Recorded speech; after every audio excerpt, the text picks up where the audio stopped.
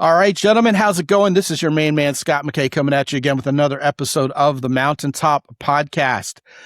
You know what's really strange about this culture? You guys already know this without me having to tell you, but just to kind of remind you and to bring it to the forefront and let you know we're going to hit it with a big, heavy hammer today. You can look great on the outside, but inside you're a mess. And I have a lot of theories about this, but I also have a guest on today that this kind of stuff is pretty much all that he thinks about. He's a high performance coach for executives and men who want to make the most of themselves. His name is Mike Basevic, and he is coming to us today from Florida. And his brand is No Limits Nation, which already sounds good to me. Mike, welcome to the show, man. Thanks, Scott. Great to be here. Excited. Yeah, you know what? It's interesting. I hear from guys all the time that they look at women out there and they say, oh my gosh, look at her. She's fantastically sexy. She's completely out of my league. Yet she thinks her stomach's too big, her legs are too short, that, her nose, she needs plastic surgery on her nose. She's looking for crow's feet in the mirror at night, and she just thinks she's like a 5 out of 10. Meanwhile, this guy's looking at her going, oh, she's just the perfect woman. And he's already putting her on a pedestal. And we may also look at other guys. We may be competing against them in a softball league or looking at a promotion at work, and we're thinking, this guy's just got ultimate confidence. He's bulletproof.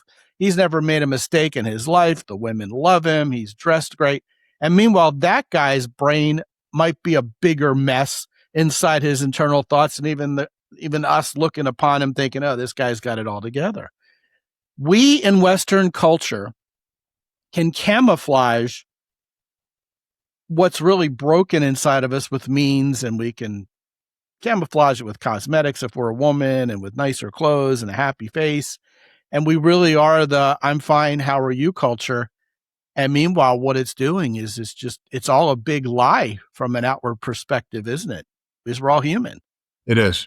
Yeah. And Scott, most people, men and women, they're filled with insecurities and inadequacies, right? And as you go through life, that stuff builds up, right? That emotional resistance, right? That I call it, but the insecurity, and high performers, right? Any person like yourself who's striving to be, do his best work, and any high performer out there, they put a big flashlight on all their mistakes, anything that they either a decision they've made or a mistake they made or a failure. And when they amplify that, the mind learns, right? That starts at a young age when a lot of pressure is put on us to perform. And think about school. A is passing, B is failing in a lot of houses, right? Even though B is a pretty good grade. I was a solid C student back in the day, so C was good. But when you're pressured and you got to get into the right school, you got to make the team, you got to make appearances, you're always setting yourself up to feel inadequate. And then if you have a critical parent that says, hey, you've got to do better, or you should be better, or everything you do doesn't seem to be good enough, or you get in a relationship that says everything you do isn't good enough, you're teaching your mind to be inadequate. And most humans come with a whole set of internal resistance, right? A whole bag of it. And the mind is constantly playing that stuff, that self-judgment, that inadequacy back. And then they start second guessing it. And that's where that lack of confidence would come in. So they see the pretty girl and you say, hey, she's out of my league. And that's because the mind has been taught that way. It's interesting you brought this up because you have no way of knowing this, but we talk about this idea of huge expectations on guys in this culture at an early age with no margin for error. Yeah. And how that turns us into people pleasers and just walking insecurity machines, And what ends up going on is at the same time, those same moms and dads who are pressuring us that, an A- is reason to go to a child psychologist, we got to fix this. Yeah. Are the same ones who are giving us no input at all on how women think, what's going on in terms of male-female dynamics, how to ask a woman on a date, how to conduct a relationship with her. We're left hanging on that. Right. So, of course, as soon as we see a woman who we're attracted to at a primal level, what have we been trained to think? We're not good enough. Right. Absolutely. 100%. Yeah. And women love confident men, you know that. And also men that can make them laugh. And I remember when I met my wife Kelly, and this was on the heels of my collapse. You and I spoke about that a little bit. 20 years ago, my life hit the skids. My first wife, our marriage ended, and she stepped out, but I lost my way. I was a mess emotionally, and so the marriage wasn't good. And I had a subsequent relationship that was also a train wreck. So there I was left licking my wounds. And then by the time I met Kelly, my wife, I had done the work that I teach now and on myself. And I was very confident, very centered, very whole. And when I met Kelly, beautiful woman, she's Sandra Bullock's twin. And she told me on our third or fourth date, she goes, "You have more game than any guy I ever met." And I wasn't playing a game. I was just confident. She goes, "I mean, your confidence is just really off the charts." And I said, "It wasn't always like that." I said, "I was bred to be a mess, and very insecure. I had a low self-worth from my childhood, and the mind, the way you look at the mind is that's the way it's trained. Your subconscious mind will do whatever you train it to do. So if you're constantly, having experiences of either failure or self-judgment or picking it apart, picking your actions apart or your decisions or anything else, you're teaching your mind to do the same. So those thoughts that wake you up catastrophizing or in fear in the middle of the night, or even that thought that will prevent you from going up to the woman that you find attractive, that comes from the subconscious mind, which comes from the way you trained your subconscious mind. So you're never going to outwork that. You're always going to literally be a byproduct of what your subconscious mind is doing. Yeah, with so little valid training for young guys on how to relate to women, vis-a-vis, I'm going to use your own word, the train wreck that is social media nowadays. What you have is guys being inundated with red-pilled nonsense and taught that that's normative, and that guys responding in the way that they typically respond to that drivel online is also normal as well. So case in point, I stumbled across, it wasn't like the girl caught my eye and I clicked on it or anything. So please don't get that idea or anything. But it was a series of cute girls responding to a guy passing by who they found attractive. And predictably, the entire string of comments from guys was, yeah, they're all 6 foot tall and have 6-pack abs and, great jobs and are millionaires. I would get thrown in jail if, I even looked at a woman like that, because that's how they've been thinking. That's how they've been told. And weirdly, they get like a band of brothers behind them who think they're all cool together by being so dismissive of women and, who needs them? And, porn is better anyway. And they think that they're succeeding by piling on like this. And I'll tell you, man, I may have joined them back when I was 18, 19, 20 years old. But nowadays, with all the water under the bridge, and eating my own dog food and practicing what I train other guys to believe and how I coach them, like you said, you do nowadays. Yeah. Nowadays, my habit led me to look at a video like that and go, oh, I've seen that look before. Sure. Oh, I love when women bite their lip like that. Oh man. Yeah. Oh, she's a cutie. Yeah. I would have smiled back at her. I would have wanted to talk to her. I'm thinking in terms of, well, yeah, this could have happened to me. I'm thinking in terms of warm memories of women looking at me like this because I was expecting it and I was confident enough to drive that comfort level and that perhaps attraction from women. Whereas, years ago, I would have been in the camp of these guys going, yeah, I'm going to cross my arms and say, that'll never happen to me. Right. This is something to get angry about and get really pissed at, not something that is meant to be something that gives me the warm fuzzies. Right. And yet it seems like almost all men nowadays have been falling, kind of turning to the dark side. And it's no wonder that men and women are having less sex, even in a world that has less Judeo-Christian Islamo influence on, moral standards associated with premarital sexual behavior. It's just that we've talked ourselves out of it. Just like you said, it's all here. It's all in our mindset. Fascinating.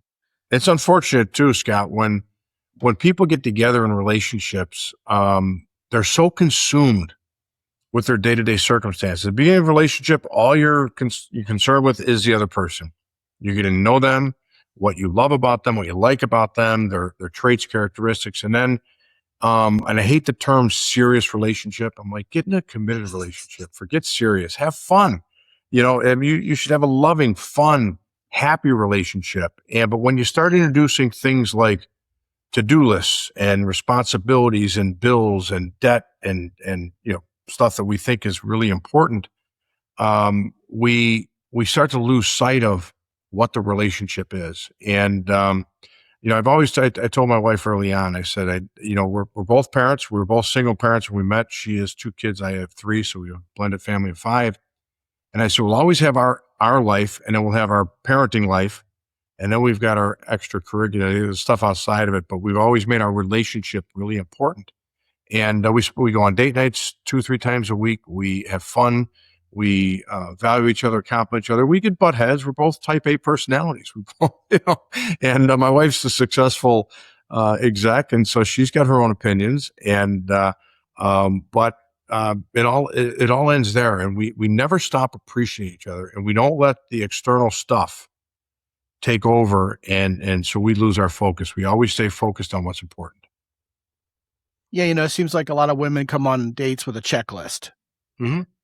And a lot of men come on dates thinking they have to be stoic and stone-faced and dead gunfighter serious, or else they're going to be put in the just be friend zone or something. Yeah. Meanwhile, girls just want to have fun.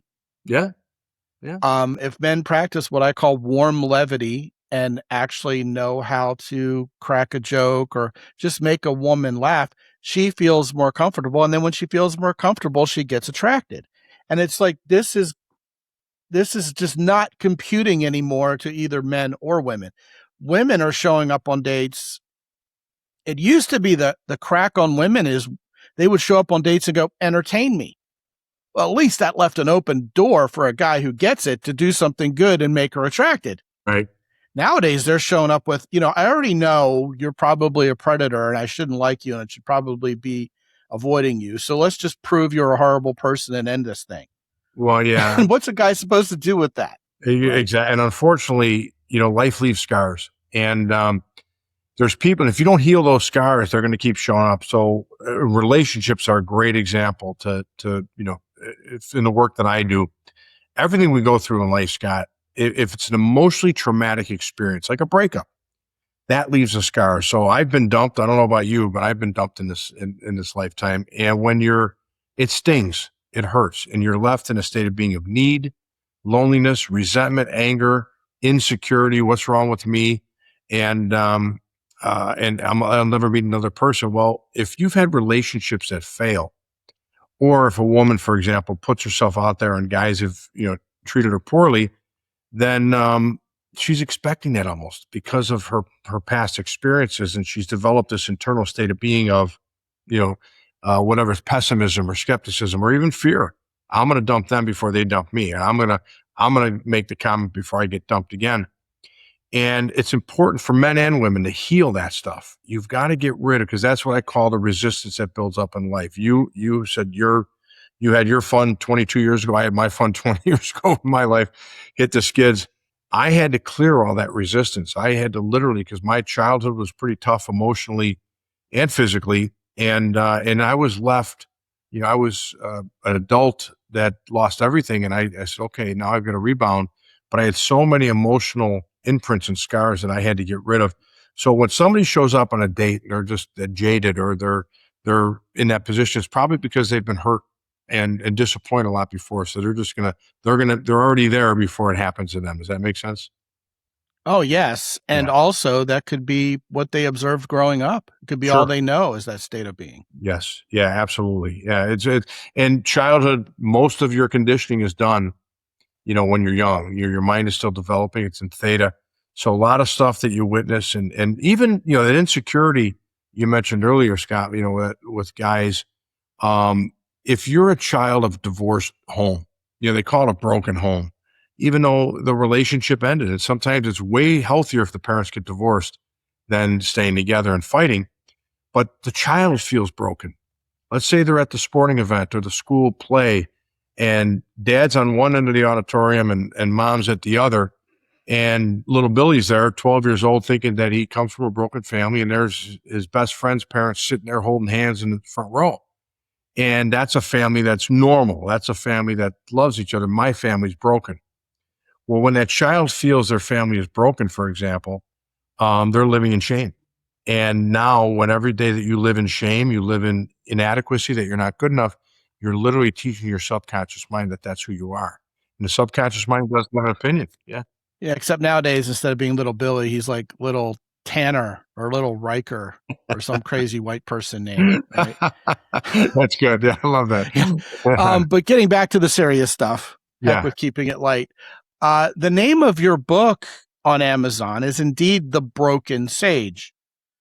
And it's exactly what you're talking about. What inspired exactly the title of your book? Yeah, in the book, thank you, Scott. In the book, I talk about my childhood. You know, the first few chapters are what I grew up in, and then my early adult years and my collapse. So prior to me doing the teaching chapters, what I had to learn, but I grew up in an environment where there was no love in the home. And my parents were Hall of Fame fighters. My dad had a vicious temper. And my mom knew when to poke the bear. And once the bear was poked, my dad, then all hell broke loose. But they would fight incessantly in public and private. My dad would literally, we grew up in the belt era. So my brother and I got our ass kicked all the time. But there was never any love. He was never around. It was his world, and we were a nuisance. And so when I grew up, I had a lot of low self-esteem, a lot of anxiety, a lot of stress. I didn't know I had anxiety, but I had panic attacks and things. I didn't know what it was from. And I created a lot of early success in my life, but I never thought I deserved it. You know, I had this really successful life. I had some money, all self-made. And, I'd walk into the country club I belonged to and didn't feel I belonged. Even though I had fun there and I was one of the guys, internally, I felt like an imposter.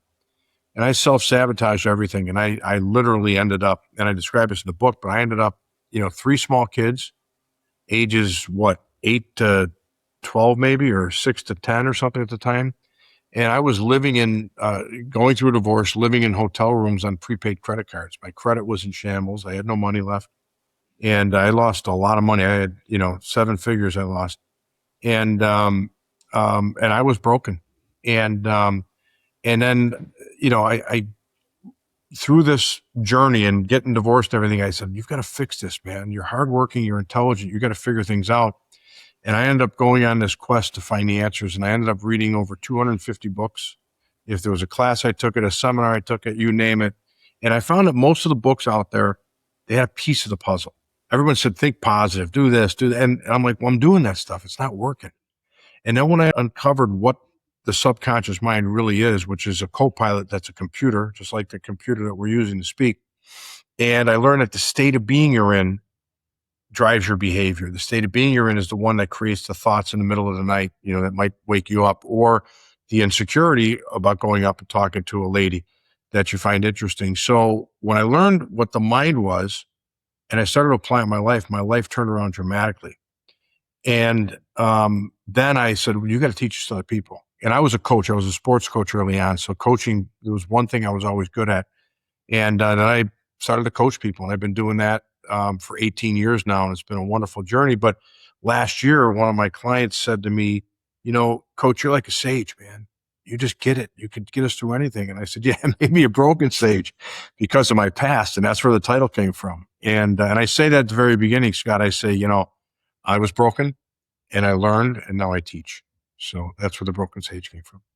It's funny. I get a similar experience every once in a while. A guy will say, man, I've been listening to your podcast for ages, and it's amazing that I'm actually talking to you. I feel like I'm used to hearing your voice on this podcast. And back during the dating advice era and the pickup artist era, all of us were a little more internet famous than we are nowadays, kind of before the influencers hit.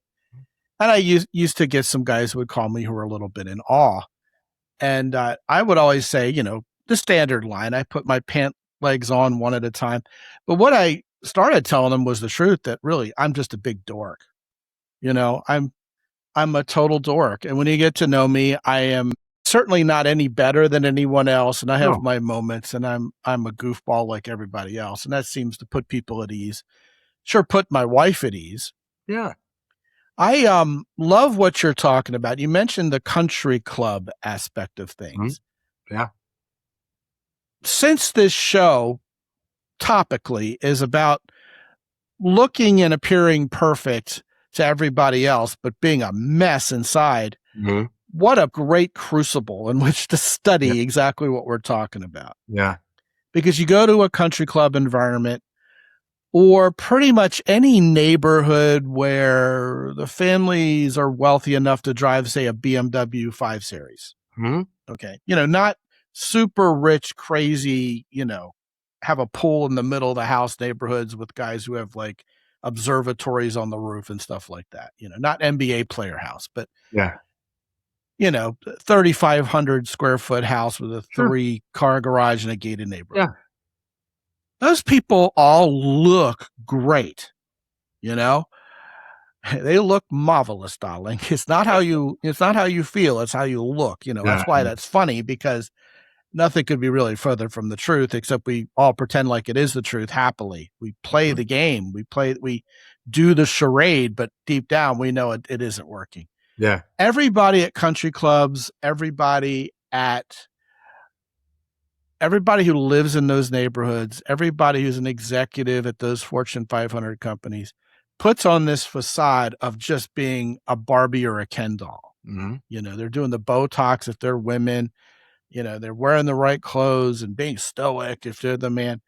Inside at the country club, you're on the golf course or you're at the dinner table with a bunch of people pleasers who were never good enough for their parents, Mm-hmm.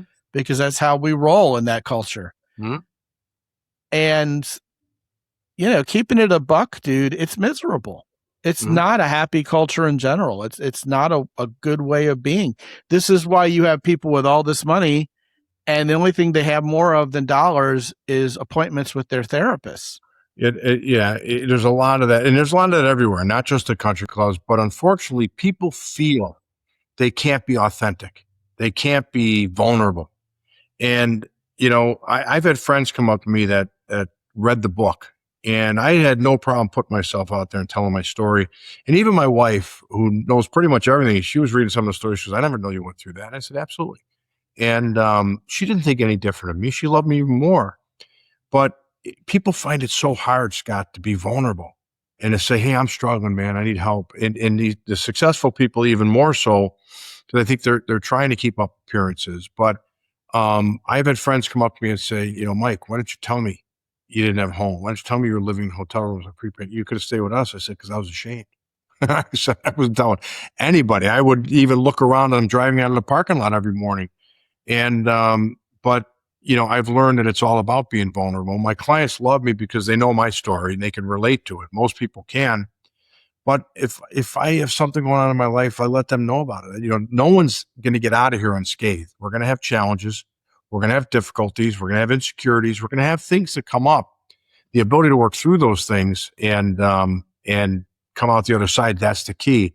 So it's not about being perfect and getting people to walk on coals and all that wonderful stuff. And I'm the Messiah. No, we're all broken in a way, and we're all human. We're all perfectly imperfect as humans. And when you embrace that and you surround yourself with people that accept you for who you are, and you're just trying to be a better person. And that's what our client community is filled with, just people trying to become better versions of themselves. And they're vulnerable. Like, okay, hey, I need some help. I'm dealing with this excessive worry or this insecurity or this fear or lack of confidence. I had one client of mine, Vinny, a wonderful guy. He's still in my community. He said, "Coach," he's Italian guy. He said, "Coach, I lost my confidence. And I'm afraid that my wife's going to lose her confidence in me. I can't even drive anymore. I'm so anxious." And we got his confidence back. We got his confidence back. And now everything's better. His marriage is better. His life is better. His business is better. But he was vulnerable and coming to me, "Coach, I need help." And that's the key. Just these appearances, you're not serving anybody. Like you said, we're doing this, but then we're behind closed doors. We're either in the therapist's office or we're trying to just survive every day. There's no reason to live like that. It's a healing act to come out. It's almost like you're uncloseting yourself in a way, to come out of the closet as authentic. Yes. Yeah. I mean, I know that's a harsh analogy, but it's liberating. 100%. First of all, I don't think anybody wants to hire a guru as a coach because you'll just feel dumb. You'll feel like they're silently judging you, Yeah. like Tom Cruise in Magnolia or something. Yeah. As if it's a good thing. You mentioned a phrase that I have always loved. And again, you would have no way of knowing that I always love this phrase, but you mentioned perfectly imperfect. Yeah. My love affair with that phrase started when I realized women don't want men who are prettier than them to begin with. Mm-hmm. So this guy who looks like a movie star and is chiseled and has a perfect body or whatever, women look at a guy like that and just, even if you would think they're a 10 out of 10, they're insecure with a guy like that. Well, women want to be the beauty when standing next to their guy. They don't want the guy to overshadow them. Yeah. So meanwhile, I think very few guys would look at a woman who is perfect. Like, AI is coming out with these ads with women who are just absolutely stunningly blemish free and perfect. Yeah.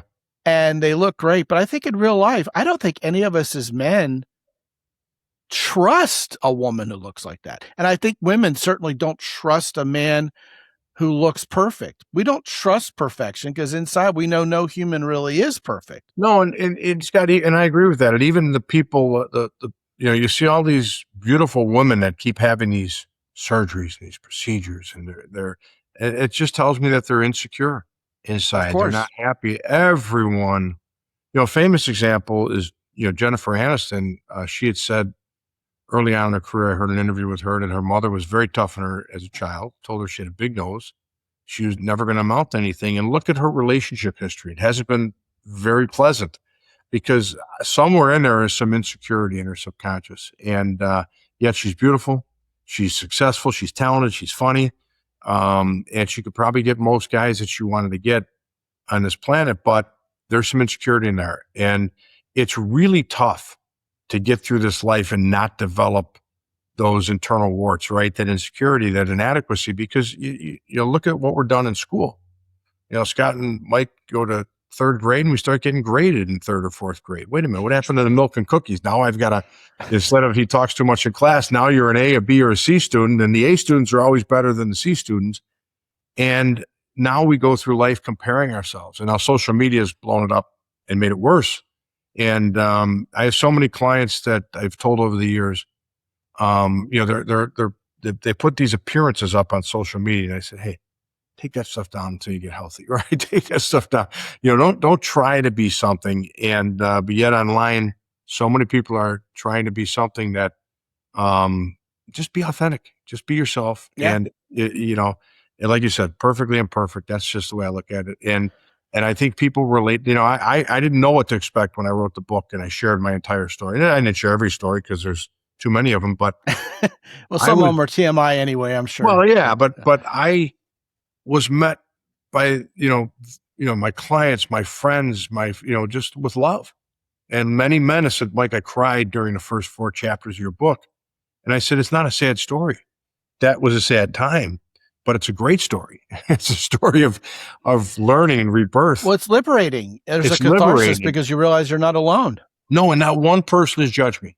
Not one person. No, they won't. They've embraced me. And because deep down, Mike, they know what's going on inside them too.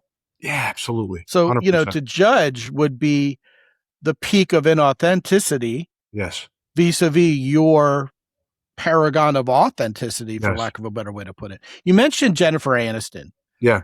Not to be missed in that comparison. She was with Brad Pitt, who many put up at least 15, 20 years ago as the ultimate perfect man. Yeah. And still felt insecure. Yeah. Yeah. I think there are 2 camps of people, especially for lack of a, different way to couch it, just for convenience, because I belong to this culture. Sure. White middle class culture. I've long since noticed there's 2 different camps. There's people who will piss on your leg and tell you it's raining, and people who are blunt and will tell you the way it is. Yeah. And give you truthful answers. And I've noticed in this culture, those 2 camps tend to self-segregate. They like hanging out with each other, and the other people irritate them. Now, I think if you're blunt and tell it the way it is, it's easy to understand how those people would roll their eyes at the ones who are always saying, oh, everything's fine and wonderful, so nice, being fake to each other. But the people who want to be fake with each other don't like Mhm. these people who show up authentically, because it Mhm. puts them on the spot and puts the pressure on their insecurity. It's weird and it's messed up. It's screwed up. Yeah. But what we end up with is a legion of people. And, if we think this is bad for men, here we are, a bunch of guys crying in our collective beer about, oh, I've got to look perfect all the time, and deep down I'm a mess. Dude, it's 5 or 6 acts for women. Women Yeah. think they've got to look beautiful. That's where their entire net worth lies. Is what they've been told was Yeah. the most important thing about them their whole lives. And even with feminism and, girl power and this, that, and the other, not looking the part is devastating to a woman. So for her to be authentic about how she's feeling inside is got to be even more difficult. So this is really a human issue, and it's a great way for men and women who can find themselves on that camp of authenticity and vulnerability to really meet each other somewhere midway and have a relationship, build It's so connectivity out important. of it. Yeah, and the name of my podcast is Life is an Inside Job, because what you said there, Scott, it's so important to find that peace, that love, that fulfillment within you. And the way you do that is by learning, like, so I was so guilty. Let me back up. So I was so guilty 20 years ago. I lost everything. I had enough money that I could probably retired as a kid if I was smart and as a young person. And I screwed it all up. And I spent months, years, like couple years, just beating myself up in failure and resentment and regret and anger. And on the other side of that, when I started to learn these principles what I teach, I said, well, you're not going anywhere in life because you already self-sabotage yourself once. You've got to raise your self-worth. You've got to raise your self-love. You've got to find, um, and you got to find some balance there. And I started to just like, okay, what do I want? I just want to be a better version of me next month, the following month, and next year than I am today. So it's constant improvement. And in that journey, over a year or two, I really became settled and at peace with who I was. I knew who I was, and I set the goal. Who do you want to be as a person? Who do you want to be as a professional, which was kind, helpful, loving? Who do you want to be as a dad? A great mentor, someone who's fun, loving, and supportive of his kids. And that was my own, and I took my attention off anyone else's opinion about me. And I said, this is the guy I'm going to be. And no one else's opinion mattered. And sure enough, I started to literally surround myself with people who shared those interests and who appreciated me for the person I was. And it all started once I changed internally and I became okay with myself. And I started to love myself and like myself because I didn't for most of my life. And all of a sudden I was surrounded by people that liked me and supported me as well. And I've been ever since. So it's just, a lot of fun. Something I find interesting is it's sort of like you have to forgive yourself finally for being Yeah. imperfect and realize, guess what? You're not special. No. Everybody else goes Period. through this. There's really no pressure on you to be perfect because none of us are going to attain it. So you might as well just relax and have a laugh at it and realize everybody's in the same boat. The last question I was going to ask you is give Yeah. these guys some practical steps. And I think you Sure. basically just did it. And I really appreciate that. Thank Yeah, you. and you've got to forgive yourself, Scott. That's so important. I had a client recently, Michael, wonderful guy, and he was an alcoholic, and he's been sober for years, 8, 10, 12 years, and he still had a lot of regret. And I said, Michael, did you apologize and make things right with everyone that you felt you're wrong? He goes, yeah, I'm good with everybody. I said, you're not good with yourself yet. You've got to forgive yourself, and like you forgive other people. But it's so important, Scott, that point you make. But we all have great qualities. We're focused on our failures. We're focused on our shortcomings. We're focused on our mistakes, and make restitution. Whatever you need to do there to heal that stuff up, do your best. But then you've got to start focusing on your good qualities. You've got to have an intention, a vision. Who do I want to be? Personal, professional, parent, child, whatever, and strive to be that person. We all know what that person looks like, and find examples in your life, whether it's somebody you know or somebody, maybe a character you saw in a movie. I want to be George Bailey. I want to be a guy that gives to other people. Well, take those characteristics and commit to that person.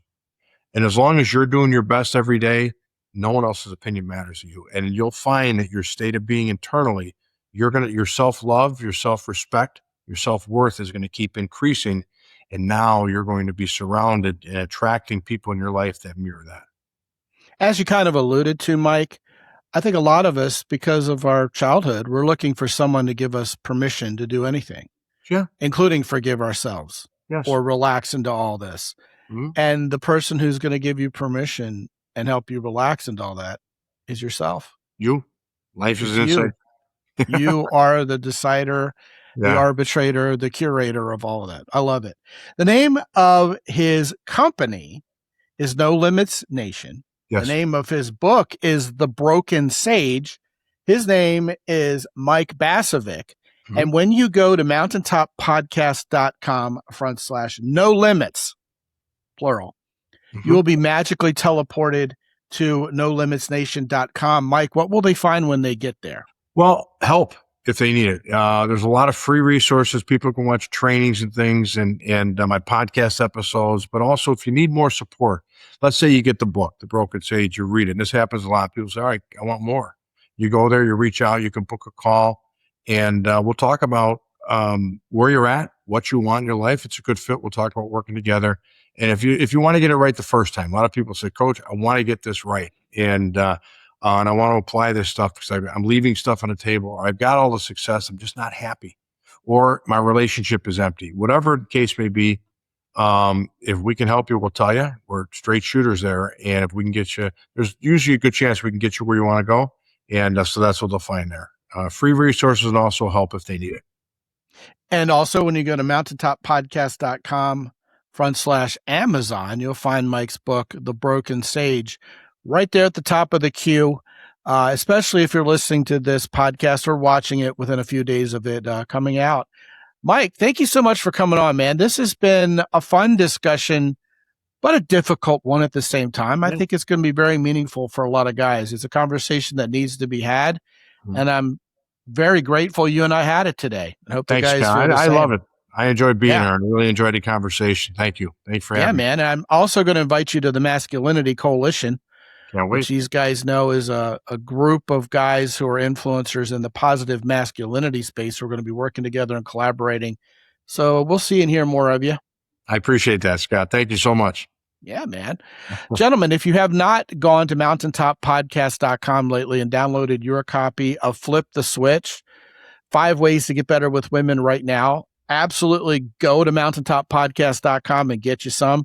Also want to thank our sponsors, Origin in Maine, Hero Soap, and The Keyport for their relentless sponsorship of our show. 6 years running now for each of them. When you visit any of our sponsors and partake of their goods, please use the coupon code MOUNTAIN10 to get an additional 10% off. And guys, you know, both Mike and I are here for you. You may vibe with him more than you do with me. You may be trying to improve your lot in a different way that Mike can help with versus, you know, mostly improving with women or, you know, or your entrepreneurship, the way I help a lot of guys with, or your public speaking. But either way, you know, we're two guys who have been there, walked the walk, and talked the talk.